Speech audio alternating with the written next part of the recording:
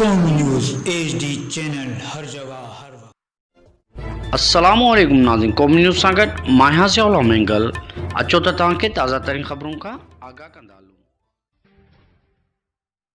District reporter दादू फिदा Hussain power जी report मुताबिक़ सिंधी अदबी संगत शाख दादू तरफ़ां सकाफ़ती मुशाइरो प्रेस क्लब दादू में मल्हायो वियो, जंहिंजी सदारत नाम्यारे शाइर मारू जमाली कई। महिमान ख़ासि नूर मोहम्मद सुमरो, मोहतरम रजब आज़ाद ऐं नाम्यारो शाइर खलील आरिफ सुमरो हुआ।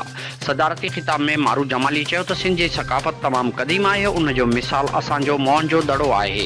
नूर मोहम्मद सुमरो चयो त सकाफ़त जो ॾींहुं को आम ॾींहुं न आहे, बल्कि हिकु ॿधी ऐं पंहिंजाइप जो ॾींहुं बि आहे।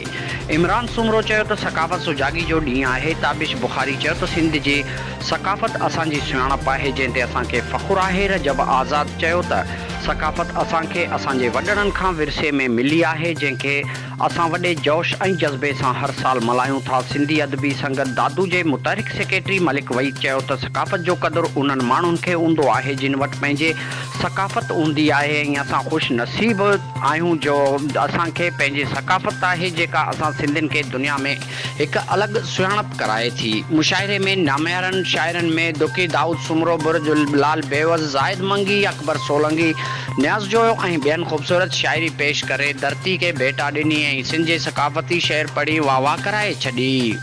एकता दिहाड़ो जिंदाबाद, एकता दिहाड़ो जिंदाबाद, सिंधी क़ौम जिंदाबाद। असांजे सिंध जे रवायतुनि जी पासदारी आहे। असां पंहिंजे रवायतुनि खे क़ाइमु रखंदा ईंदासीं इंशाअल्लाह। वारिस आहे सिंध हमेशह इंशाअल्लाह क़ाइमु रहंदी। तव्हांजी महिरबानी।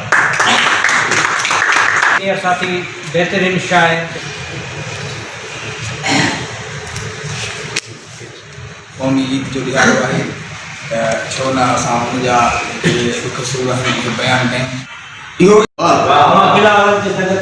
सिंध मुंहिंजी जिंद जो उनवान अची वियो, सभु सिंधी चैनलनि ते मेलो आहे मची वियो। जमाला चपन ते नचन मोर माण्हू, जमाला चपन ते नचन मोर माण्हू, सॼी सिंध सुहिणी रशद खां वठी अॼु ताईं असांखे पोइते धिकियो वियो आहे। असांजी ॿोली खे क़ौमी ॿोली करणु न ॾिनो वियो आहे। छा छा असां सां न थियो आहे। उनखां पोइ बि सिंधी माण्हू पंहिंजे मज़बूत सकाफ़त सिंध जी अॼु बि हीअ रीत रस्म सकाफ़त सिंध जी हीअ सुराण। उन्हनि जी महिरबानियुनि जी मेला मचाए ॾियनि था ऐं असां हर साल ॿिनि वॾे ॾींहंनि सां गॾु हिकिड़ी ॿी सकाफ़त ईद मल्हायूं था।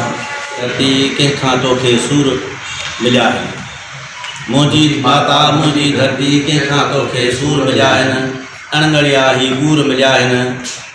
शइ ॾिसी ही दिलि चयो बाग़ी थियां, ज़ुल्म दुनिया ते ॾिसी दिलि चयो बाग़ी